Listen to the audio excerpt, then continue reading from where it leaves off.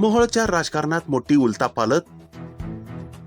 जकरायाचे chairman Sachin Jadhav यांचा भाजपमध्ये जाहीर प्रवेश.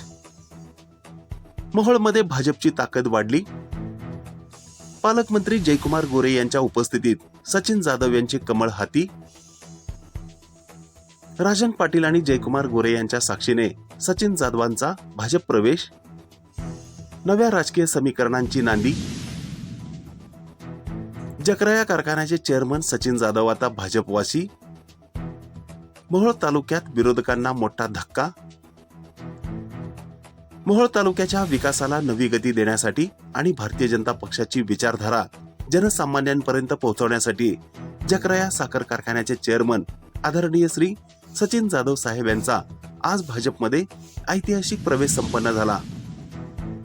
यावेळी नामदार जयकुमार गोरे, पालकमंत्री तथा ग्रामविकास मंत्री आमदार सचिनदादा कल्याण शेट्टी, नामदार राजनजी पाटील, अध्यक्ष महाराष्ट्र सहकार परिषद शशिकांत नाना चव्हाण, जिल्हाध्यक्ष भाजप यांची प्रमुख उपस्थिती होती.